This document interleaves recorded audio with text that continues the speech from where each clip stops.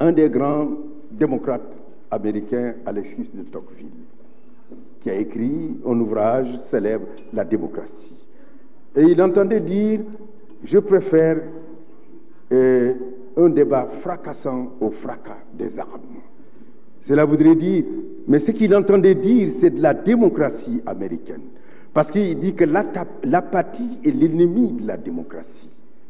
Alors là, quand il y a le débat, on peut le circonscrire, et on peut s'entendre, on peut s'écouter, et on peut trouver en dernière solution ce qui est essentiellement utile pour le pays. Et c'est cela le sens de la démocratie dans une enceinte comme celle-ci. Ce n'est pas le lieu de l'injure, ce n'est pas cela. C'est essentiellement le lieu où l'on essaie de porter les doléances, les préoccupations des populations et faire en sorte que ces préoccupations puissent avoir les solutions. Mais il arrive très souvent, c'est Albert Einstein aussi qui le dit, quand vous êtes avec des esprits qui refusent et qui sont souvent des esprits négatifs, et ils trouveront toujours le problème dans la solution, alors que c'est la solution qu'il faut toujours trouver face au problème. Alors, je voudrais dire que ce que j'ai entendu est fort heureusement et qui porte sur les préoccupations essentielles des Sénégalais et que vous avez ici déroulé en face, en tout cas, de cette assemblée, nous pouvons les résumer en 4 rubriques fondamentales. La première, c'est essentiellement la construction, la réhabilitation, la rénovation des édifices publics. Il faut entendre les commissariats, les préfectures, les gouvernances. C'est cela une première préoccupation pour que ces édifices-là puissent, par leur majesté, montrer la solennité de l'État.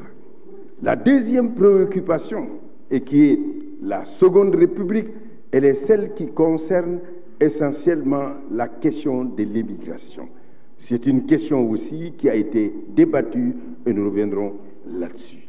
La troisième rubrique que j'ai pu retenir, c'est celle qui est aussi importante, c'est la question de l'organisation des élections. Mais il y a la quatrième rubrique, je l'appelle les questions spécifiques. Je voulais les aborder à la fin, mais je voudrais répondre immédiatement aux questions spécifiques. Les questions spécifiques, malheureusement, ces questions se sont enrobées dans des discussions, dans des accusations d'une gravité que je peux dire qui ne se justifie pas. Parce que tout simplement, Talleyrand nous apprend que tout ce qui est excessif est insignifiant. Donc, je voudrais pouvoir rassurer les uns et les autres. Il ne sert à rien de faire des accusations graves contre les forces de l'ordre, les forces de défense et de sécurité, en les accusant de tous les maux, en les accusant de tirer à balles réelles et en les accusant de toutes les violences qui sont perpétrées. Je voudrais rappeler que dans le cadre de la doctrine, du maintien et du rétablissement de l'ordre, l'action se déroule en 3 phases fondamentales. La légalité, la nécessité, la proportionnalité. Et si vous regardez dans l'ensemble des actions qui ont eu à être menées sur le terrain, les forces de l'ordre ont montré du professionnalisme et du sang-froid. Si tel n'était pas le cas, il y aurait eu des carnages. Il y a eu par contre des forces qui se sont mises en face d'elles, qui ont utilisé, elles, la violence. Parce qu'il faut retenir, notre Constitution l'établit. L'article 10 de la Constitution sénégalaise, elle parle de marche, mais de marche pacifique. Ces marches, si vous la faites, vous rentrez chez vous après avoir marché. Mais si celui qui est le manifestant se transforme en émeutier, il brûle, il tue, alors là, en ce moment, on n'a plus affaire à un manifestant. C'est quelqu'un qui a violé la loi, qui a commis un délit, qui a commis un crime, et là, c'est la responsabilité de la justice. C'est dans ce cadre-là que des procès sont actuellement en cours. Je ne les commenterai pas pour ceux qui ont été arrêtés pour ces faits présumés, parce qu'au moment où ils seront jugés, jusqu'au moment où ils le seront, on leur dira qu'ils sont présumés innocents. Donc, je voudrais pouvoir dire que ces forces de l'ordre sont des forces de l'ordre qui sont d'un très grand professionnalisme. Et retenez d'ailleurs, ce professionnalisme est reconnu, que ce soit l'armée, que ce soit les gendarmes, que ce soit les policiers, que ce soit les pompiers, que ce soit les autres forces paramilitaires. Dans leur action de tous leurs jours, ils montrent qu'ils sont à la fois dans la loi et qu'ils exercent l'autorité que leur confère la loi lorsqu'elles agissent. Et cela est reconnu sur la scène internationale. Kambaï Diagne, qui reste essentiellement un Sénégalais qui était inclus essentiellement dans la participation de ceux qui devaient soutenir les Tutsis dans la grande période qui a eu lieu, qui a été une période de terreur, une période de folie meurtrière entre le 6 avril 1994 et le 31 juillet 1994, où il y a eu près de 800 000 à 1 million de morts Tutsis et de Hutus modérés. Il y avait un Sénégalais qui a donné sa vie pour sauver pas mal de Tutsis. Il est mort dans cette action. Et on a créé une médaille du courage pour précisément louer le professionnalisme des Sénégalais. Il en est ainsi aussi de nos policiers reconnus dans tous les théâtres, que ce soit Haïti, l'armée de façon globale, nos forces de défense et de sécurité.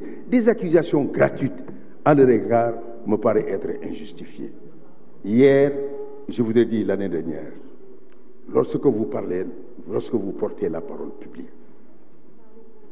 et que vous avez l'écharpe, une dignité que vous confère la démocratie sénégalaise à travers le peuple qui a eu à vous choisir. Lorsque vous parlez, réfléchissez, rappelez-vous les 3 thémies de Socrate. Ce que vous dites est-il vrai? Ce que vous dites est-il bon? Ce que vous dites est-il bon? Est-il utile? Li nga wax ndax dëgg la, li ngay wax ndax lu baax la, li nga wax ndax am na njëriñ. Et il conclut, si rien de ces 3 éléments ne sonne, alors tais-toi. Nous avons entendu des paroles violentes qui peut-être placent à leurs auteurs dans un état jubilatoire. Mais cela n'est pas la démocratie. C'est de regarder l'autre et de savoir aussi le respecter. Parce que le fondement de la démocratie, c'est aussi la tolérance. Voltaire nous apprend, je ne suis pas d'accord avec ce que vous me dites, mais je suis prêt à mourir pour que vous puissiez le dire. C'est pour ça que je vous écoute. Alors, parmi ces questions spécifiques, que de propos manifestement injurieux et inacceptables à l'endroit d'un homme d'État aux qualités exceptionnelles, le président de la République Macky Sall. Ici, il a pris une décision qui restera dans l'histoire. Quoi qu'on en dise, on vous dira de pression, on vous dira que non, c'est une obligation, il a été poussé. Mais cet homme a eu à dire, on refuse de l'entendre. Ceux qui ont l'ouvrage, lisez-le. Je vous l'envoie, le Sénégal au cœur. Je vous envoie à la page 157. Je vous renvoie à la page 165. Quand il venait en 2019, devant les Sénégalais, il a dit publiquement, je viens solliciter un autre mandat, mon dernier mandat. C'est le code d'honneur d'un homme d'État qui a respecté sa parole. Et je vous dis, en la respectant, il avait le droit avec lui, la loi avec lui, la jurisprudence avec lui, la justice avec lui. Parce que le Conseil constitutionnel a tranché cette question-là. Et il faudrait pouvoir le dire. À cet homme, on écrit qu'il n'aurait pas dû avoir la récompense et la reconnaissance internationale parce que tout simplement, on lui demande d'être un envoyé pour défendre les intérêts majeurs de notre monde. Les arguments qui sont utilisés sont des arguments de bas étage. Parce que défend-il? Et qu'a-t-il défendu? Qu'a-t-il toujours défendu? Ce qu'il a défendu sur la scène internationale, ce qu'il a voulu d'être le président de l'Union africaine, c'est quoi? Ce sont ces grands enjeux globaux qui sont nos défis, qui menacent la sécurité de notre monde si troublé. C'est l'injustice climatique. L'injustice climatique, oui, il y a ceux qui ont utilisé pendant longtemps, qui ont saccagé la nature, qui ont saccagé essentiellement cette nature, et qui voudraient que ce soit l'Afrique qui ne puisse plus utiliser ses énergies pour pouvoir permettre à ceux qui ont assuré leur prospérité et leur bien-être pendant des siècles que l'Afrique ne veut pas le dire. Que nenni! Le président Macky Sall dit, le pétrole qu'on a trouvé ici, ce pétrole-là, nous ne le laisserons pas dans le fond, dans le tréfond, dans le bas-fond de la mer. Nous allons l'exploiter pour le bonheur et la prospérité des Sénégalais. C'est ce qu'il dit. Qu'a-t-il dit? Mais l'injustice de la gouvernance mondiale, que voulez-vous lorsqu'on a organisé ce monde? Alors le monde de Yalta, l'Afrique n'était pas là. L'Afrique était sous le joug colonial. Et que dit-il? Qu'il faudrait un siège au Conseil de sécurité. Et ce siège est utile. Et il le combat. Et il vous dit, que dit-il encore?